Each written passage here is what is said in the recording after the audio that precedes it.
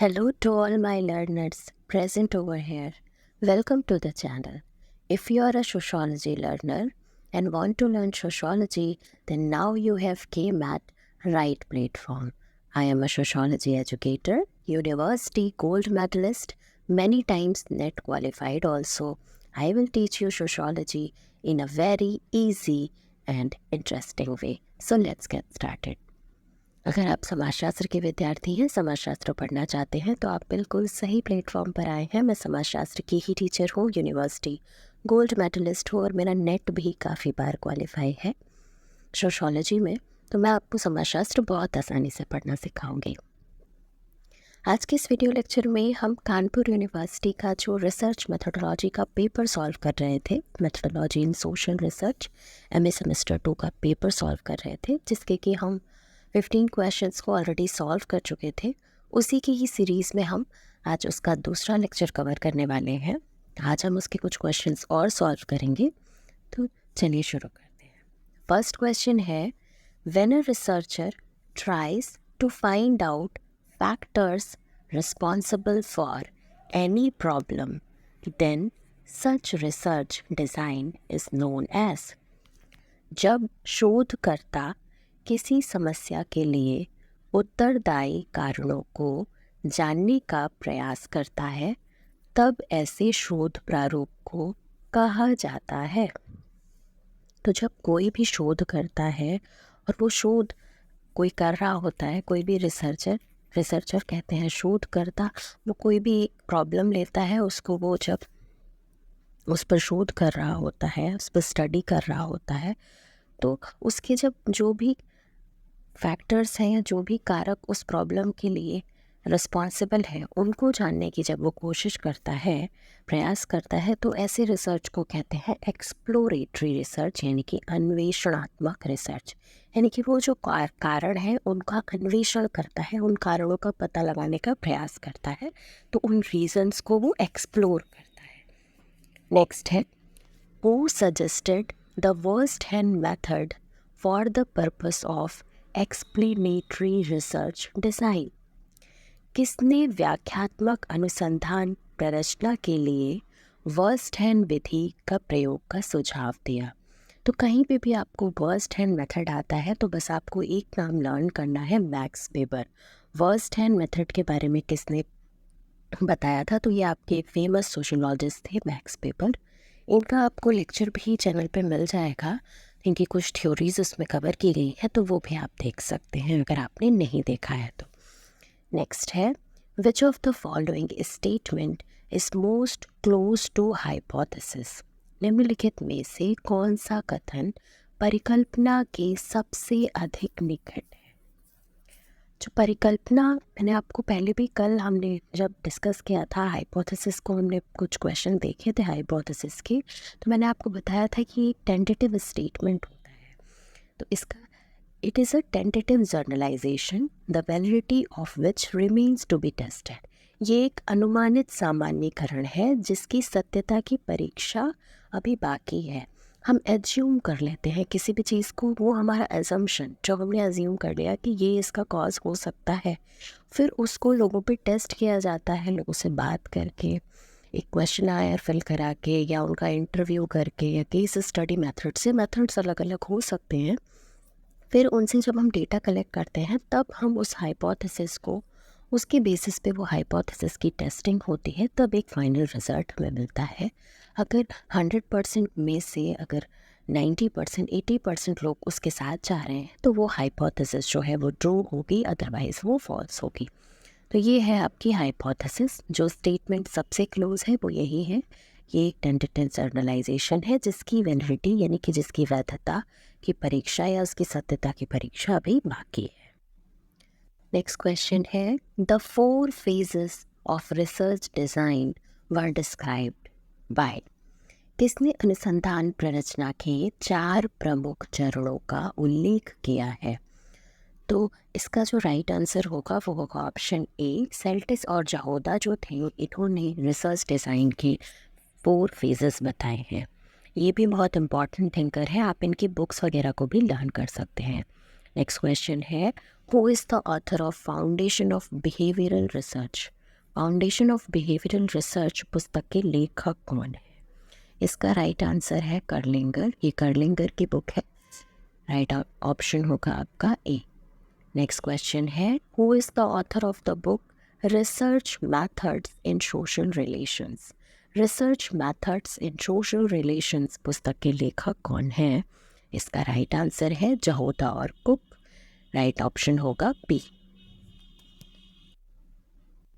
Next question है, which of the following condition is obstacle in objectivity?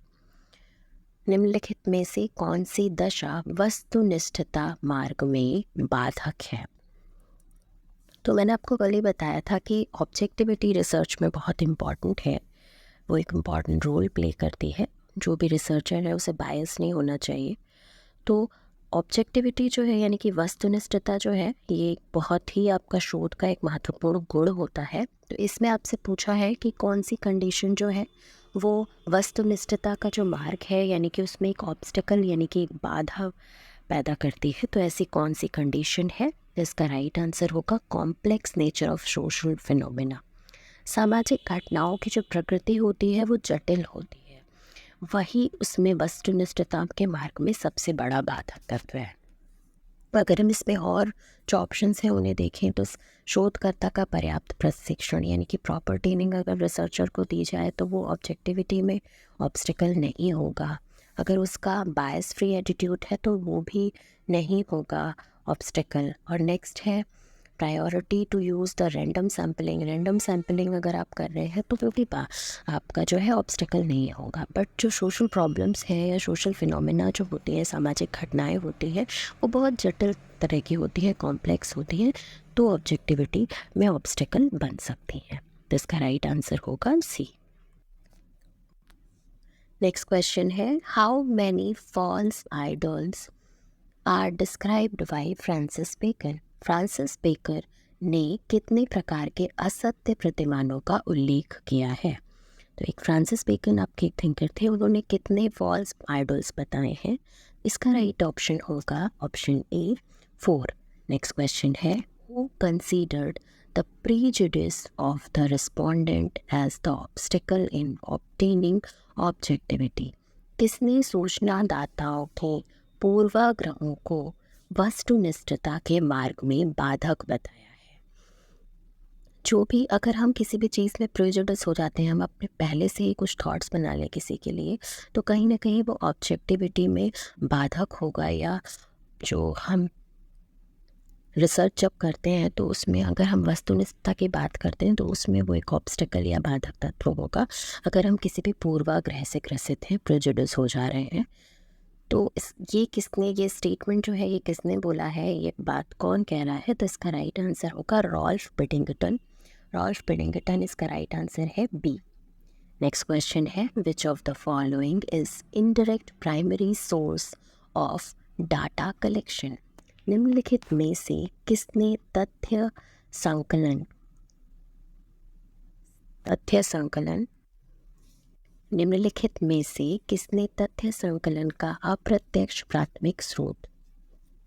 निम्नलिखित में से तथ्य संकलन का अप्रत्यक्ष प्राथमिक स्रोत क्या है? डेटा कलेक्शन की जब बात आती है तो जो डेटा है वो दो टाइप के सोर्सेज होते हैं उसको कलेक्ट करने के। एक होता है प्राइमरी सोर्सेज और एक होते हैं आपके सेकेंडरी सोर्सेज। तो प्राइमरी सोर्सेज में अगर हम बात करें, जो प्राइमरी डेटा होता है वो आपका फर्स्ट हैंड डेटा होता है, जिसको कि जो रिसर्चर हैं यानी कि जो शोध करता है वो खुद फील्ड पे जाके कलेक्ट करता है। और जब बात आती है सेकेंडरी डेटा की तो वो ऑलरेडी पब्लिश डेटा होता है, जैसे कि कुछ न्यूज़पेपर में पब्लिश हुआ, किसी बुक में पब्लिश हुआ, तो इस तरीके का जो डेटा है वो सेकेंडरी डेटा होता है। तो यहाँ पर बात आती है कि प्राइमरी सोर्सेज जो होते हैं उसमें डेटा कलेक्शन का, उसमें इनडायरेक्ट मेथड कौन सा है? तो इसका राइट आंसर होगा आपका क्वेश्चन आयर, प्रश्नावली। प्रश्नावली यानी कि क्वेश्चन आयर जो होता है वो क्वेश्चन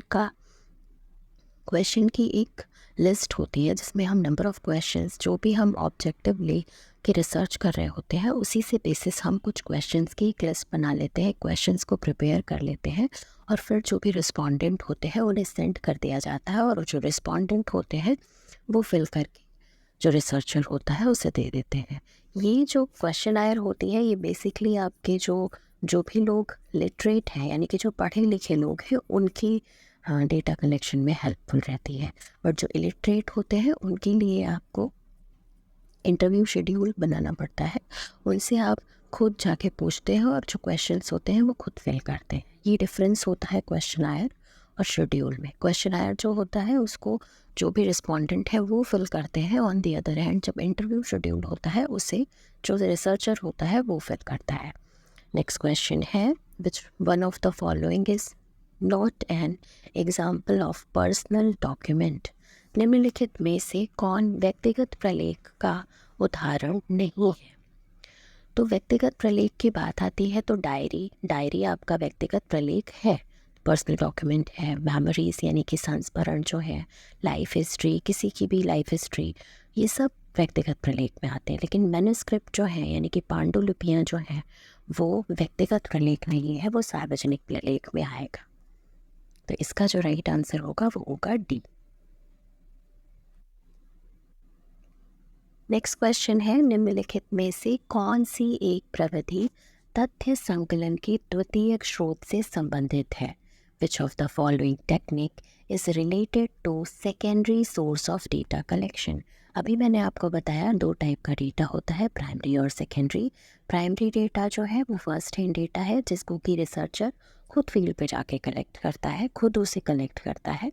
और सेकेंडरी डेटा जो होता है वो ऑलरेडी पब्लिश डेटा, जैसे कि आपको ऑलरेडी कोई पब्लिश थीसिस मिल जाती है, बुक मिल जाती है, न्यूज़पेपर है, आर्टिकल्स है, रिसर्च पेपर है, उन सब से जो आप डेटा कलेक्ट करते हैं वो सेंसस का डेटा, ये सब आपका सेकेंडरी सोर्स ऑफ डेटा है। तो इसमें कौन सी टेक्निक जो है, तो इसमें आपका सबसे पहला ही जो दिया हुआ है वो है इंटरव्यू। इंटरव्यू आपका प्राइमरी सोर्स के लिए आता है। जनगणना जो है वो सेकेंडरी आती है, इसका राइट आंसर सेंसस होगा। इसके अलावा क्वेश्चन आयर और जो ऑब्जर्वेशन है ये भी प्राइमरी सोर्सेज के हैं। तो इसका जो राइट आंसर है वो है बी। नेक्स्ट क्वेश्चन है, who said this the source which is helpful in collecting information at primary level is primary source. वे स्रोत जो प्राथमिक स्तर पर सूचना एकत्र करने में सहायक होते हैं प्राथमिक स्रोत कहलाते हैं। ये स्टेटमेंट किसका है, ये किसने बोला है कि जो भी सोर्स हैं वो प्राइमरी लेवल पे डेटा कलेक्ट करने के लिए या इंफॉर्मेशन को कलेक्ट करने के लिए हेल्पफुल होते हैं, उन्हें प्राइमरी सोर्स कहते हैं। तो प्राथमिक स्रोत पर स्तर पर जो सूचना एकत्र करने में सहायक होते हैं उन्हें प्राथमिक स्रोत कहलाते हैं वो। ऐसा किसने कहा है, तो ये जो स्टेटमेंट है आपका ये पीवी यंग का है। पीवी यंग की बुक्स और भी जो इनके स्टेटमेंट या डेफिनेशंस आप कह सकते हैं इम्पॉर्टेंट हैं, काफ़ी इम्पॉर्टेंट थिंकर है ये रिसर्च के पर्सपेक्टिव से। नेक्स्ट क्वेश्चन है, the tool use to collect data during interview is called. साक्षात्कार के दौरान तथ्य संकलन के लिए प्रयुक्त किए जाने वाले उपकरण को क्या कहा जाता है। तो ऐसा कौन सा टूल है जो इंटरव्यू जब हम लेते हैं तो हम उसको as a tool data collection के लिए यूज़ करते हैं, तो ये होता है आपका अनुसूची, इंटरव्यू शेड्यूल। इसका जो राइट आंसर होगा वो होगा शेड्यूल, अनुसूची। अनुसूची मैंने आपको बताया कि इंटरव्यू, आप किसी का भी इंटरव्यू लेते हैं और आप अपने पास में कुछ क्वेश्चंस जो है उनको नोट डाउन करते जाते हैं, वो जो आंसर देता है उसके बेसिस पे आप उसको रिकॉर्ड करके लिखते जाते हैं कि क्या है। तो इंटरव्यू शेड्यूल यानी कि साक्षात्कार अनुसूची जो है, साक्षात्कार के दौरान जब आप डेटा कलेक्ट करते हैं तो आप खुद उनको, जो रिसर्चर है, जो शोध करता है, वो खुद अनुसूची को फिल करता है, वो होती है अनुसूची। अनुसूची भी प्रश्नों की सूची होती है, प्रश्नावली भी जो प्रश्नों की सूची होती है। डिफरेंस बस ये होता है कि जो अनुसूची है वो जो रिसर्चर है उसे खुद फिल करता है, पर जो प्रश्नावली है वो पढ़े लिखे लोगों के लिए होता है। जो पढ़े लिखे लोग हैं उन्हें आप देते हैं और वो आपको फिल करके दे देते हैं। जो रिस्पोंडेंट है वो फिल करते हैं क्वेश्चन आयर को। On the other hand interview schedule जो है, जो शेड्यूल की बात आती है, तो शेड्यूल जो है वो इलिटरेट लोगों पे भी किया जा सकता है। उससे वो आप उनसे बात करते हैं तो वो पढ़े लिखे नहीं है तो वो फिल नहीं कर सकते, तो आप इंटरव्यू लेके उनका खुद फिल करते हैं। सो आज के लिए इतना ही। बाकी के क्वेश्चंस को हम नेक्स्ट वीडियो लेक्चर में कवर करने की कोशिश करेंगे। आई होप ये वीडियो लेक्चर आपके लिए हेल्पफुल रहेगा। ऐसे ही और वीडियोस के लिए हमारे चैनल के से जुड़े रहिए। वीडियो पसंद आया हो तो प्लीज़ लाइक कीजिएगा, अपने फ्रेंड्स के साथ शेयर कीजिएगा। ये जो क्वेश्चंस थे ये आपकी रिसर्च के लिए, अगर आप सोशियोलॉजी में रिसर्च पढ़ रहे हैं, इसके अलावा आप अगर नेट के लिए किसी भी सब्जेक्ट से अगर आप नेट के लिए पढ़ रहे हैं तो जो रिसर्च है वो इम्पॉर्टेंट होता है। इसके अलावा अगर आप सोशल साइंसेस में रिसर्च कर रहे हैं तो वो ये भी क्वेश्चंस इम्पॉर्टेंट होंगे। इवन आपके किसी भी एग्ज़ाम्स में जहाँ पे भी आप रिसर्च पढ़ते हैं, कोर्स वर्क का हो गया, आपका पीएचडी कोर्स वर्क हो गया, या फिर पीएचडी का एंट्रेंस हो गया, ये नेट हो गया, सीयूईटी हो गया, उन सारे, या फिर आप एस्टेट वगैरह देते हैं, स्लेट वगैरह देते हैं, किसी भी स्टेट का जो अपना एग्ज़ाम होता है, वो सब एग्ज़ाम्स के लिए, इवन असिस्टेंट प्रोफेसर अगर आप प्रिपेयर करते हैं हायर कमीशन के लिए, तो ये जो क्वेश्चंस है रिसर्च के, ये इम्पॉर्टेंट होंगे। तो ऐसे ही और वीडियोस के लिए हमारे चैनल से जुड़े रहिए। Keep learning, keep watching and keep sharing. Thank you so much for watching.